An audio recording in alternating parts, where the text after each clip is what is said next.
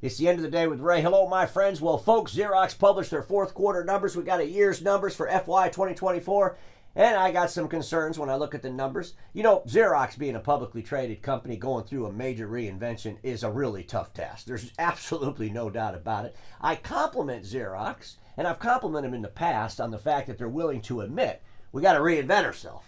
Because we got some folks out there that still think it's the year 2000. So congratulations, Xerox, on recognizing the need to reinvent. And reinventing a multi-billion-dollar organization, it's not easy. It's not for the timid.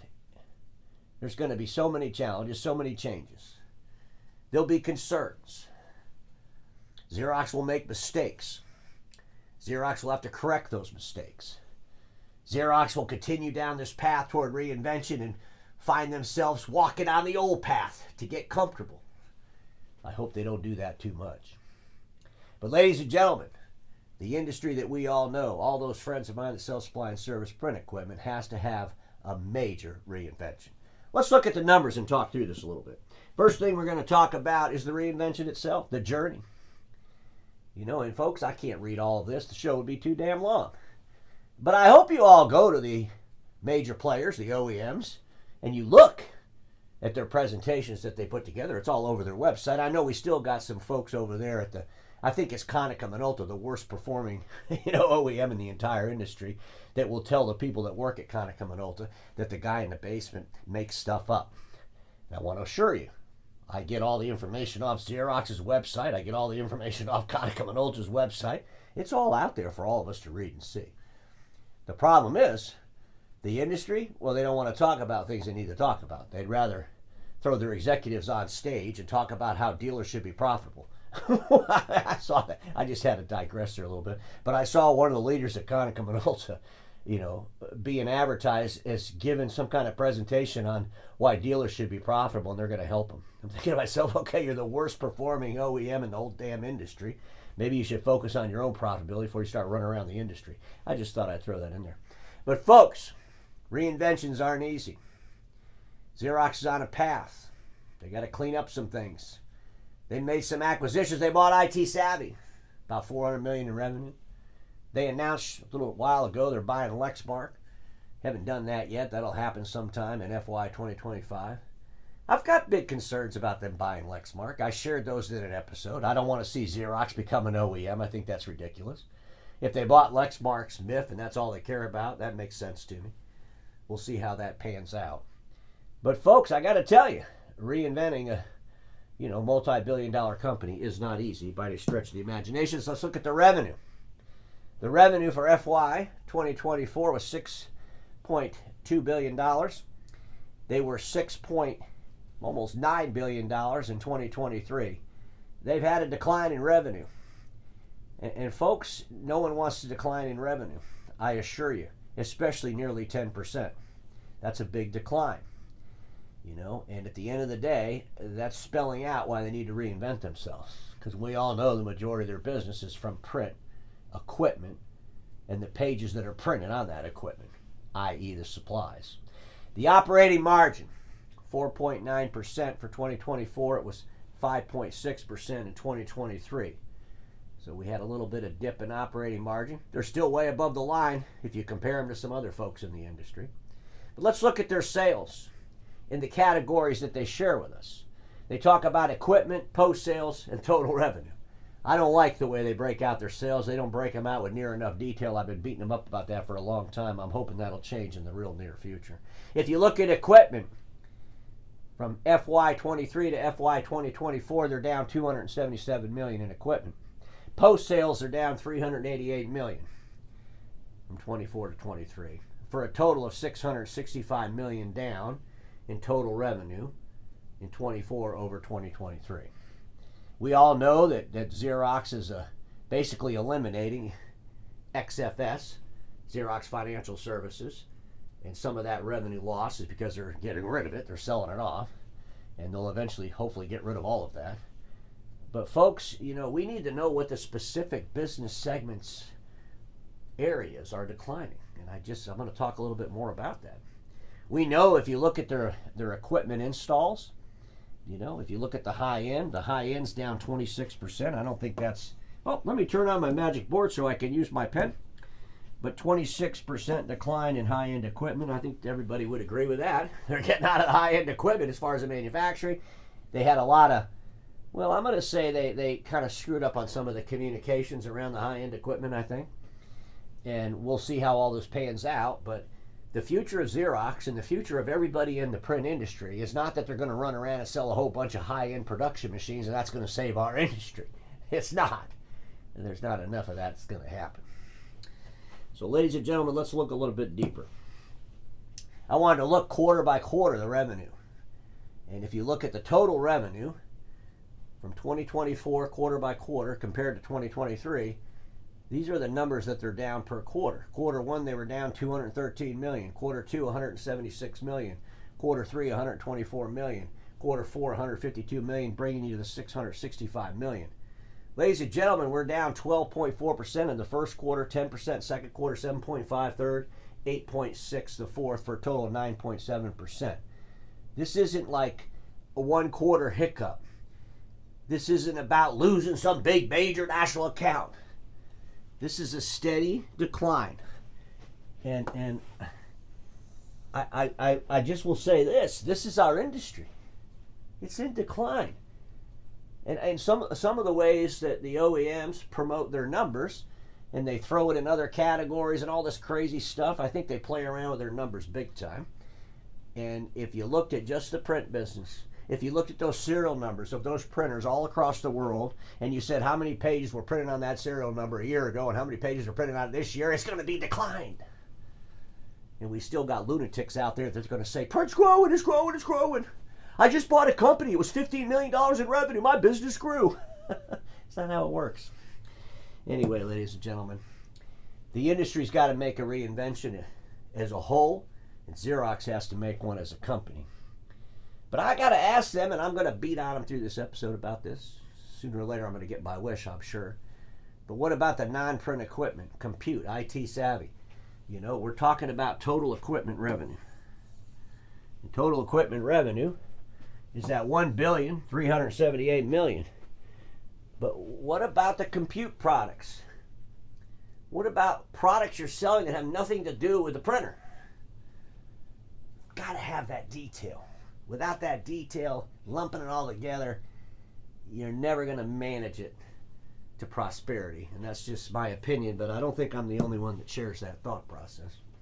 Let's look at some of their total cost of revenue. This is interesting. So the total cost of revenue for Xerox in 2024, they eliminated $311 million in cost of revenue. And that was a cost of sales went down by $216 million. Cost of services, maintenance, and rentals went down by $70 million. And cost of financing went down by $24 million for a total of $311 million. And Xerox, you know, you're going to have to lower costs. There's no doubt about it. But I have to tell you, I don't think it's going to be about lowering cost without the realization that you're going to have to increase some cost. As you move more into services, your cost of sales is going to go up. So I appreciate the fact that you're cutting where you can, and you ought to continue to do that. The whole industry needs to do that. But keep in mind, it's not going to be too much longer where you're going to realize, holy crap, it costs a lot of money to get that revenue. We better increase, well, the cost to the customer. And that's where the IT getting together with the print business, a lot of time, that's the dysfunction. You know, pricing out the print business is pretty damn easy. Pricing out the IT services business is a little bit more complicated, especially all the different buckets involved. Full year segment results. Ladies and gentlemen, I wanted to talk about this Xerox Financial Services. You know, it contributed 0.55% of the profit of the company, okay? So Xerox Financial Services at this point just completely needs to go away. They need to unburden themselves with all of it. I believe they're on the track to do that. And that's not going to affect Xerox in any way, shape, or form when they get rid of it. I think that at the end of the day, it's a pain in the ass to manage a bunch of lease portfolios. And as Xerox moves more into services and collects more, reoccurring revenue based on services, it's not going to really need to worry about this Xerox Financial Services. So hopefully that'll go away pretty soon. I found this, and this is a revenue mix for their FY 2023, and it was based on that $6.89 billion. And, 35% of it was transactional revenue, and revenue subject to multi-year contracts was 65%. And I went into detail with this in other episodes, but Xerox has got to get more rifle focus on the buckets where this revenue is coming from, manage the profitability of those buckets. Because you're not just going to be able to say, here's all our equipment sales. We want to know the hardware equipment of IT, and it should even be broken out by the different components of the IT deliverable. Operational roadmap, they talk about continuing to cut some costs, and as I said, keep cutting your costs, but don't believe your costs aren't going to get really, really expensive as you start delivering services. It's really, really expensive to get the right intellect in the bus. It doesn't come cheap. It's not a print business. And that's going to change drastically. We look at IT Savvy, about $400 million in revenue. Lexmark was about $1.5 billion in revenue. And, they're going to add that to their revenue number, to their top line, once they finalize that deal with Lexmark. So theoretically, in 2026, we're going to have the Lexmark business, and we're going to have the IT Savvy business all in those numbers for the whole year. And that's $1.9 billion, okay? And that number's probably going to grow, right? But when I think about this IT Savvy company, and I shared some thoughts on it when Xerox announced they bought it, I should have went to that IT Savvy meeting in Chicago, but nobody invited me. So I'm just throwing that out there to you. Next time IT Savvy gets together, invite me to your meeting. I'd like to learn more about the company. Maybe I'll see them at the meeting in March in Vegas. But folks, what are the revenues per buckets? What are the costs per buckets? When you look at the IT Savvy website, they're into server, storage, networking, wireless, IT products, data center, network and wireless infrastructure, cybersecurity. What are the revenues from pure services? This is the rifle focus we need. We got some folks out there in the industry, some pretty big sized dealers that are doing IT services, and they run around, they talk about how they're doing IT services. Oh, we're killing it in IT services. It's like 10% of our revenue. And then when you break out the details of that revenue, you find out, well, most of it's voice over IP. It's like pass-through dollars. Is that really IT services? So it'd be nice to know, what are they doing in all these buckets? How are they managing the costs in all these different buckets? Because it's so much different than print, right? This is why when I kind of beat up that interview that the leader of the new Dextech company did with ENX Magazine, it's like, oh yeah, everything's going to be the same as print. We're just going to go out there and sell some stuff. It scares the hell out of me. I believe growth should be defined by deliverable buckets, both revenues and operating profits. Xerox talks about for their FY 2025, they're going to have a low single-digit growth. And, as a whole company, a low single-digit growth, you're just telling the whole world if we have any growth, it's going to be low. I'd rather tell the whole damn world that we're going to have as a company a low single-digit growth. But our IT services business, the services that we provide to those end users outside of print, is going to have a double-digit growth. And by the way, here's the profitability of that double-digit growth in the services outside of print. Because if you could do that, I believe the shareholders in the investment community would get excited. They would see something. My gosh, think about that.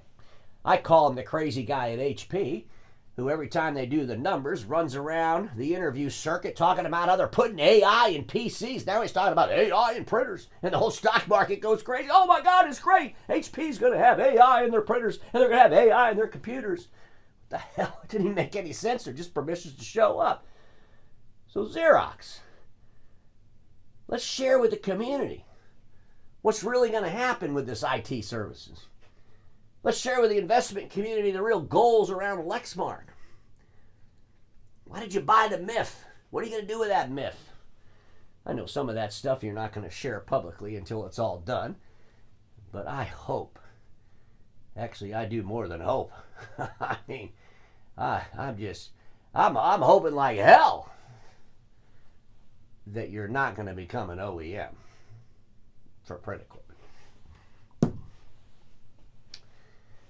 Folks, I believe that was my last slide. And so I'm going to end the show like I always do. Xerox, thankfully you're reinventing yourself because status quo is the killer of all that'll be invented. Be careful on that reinvention.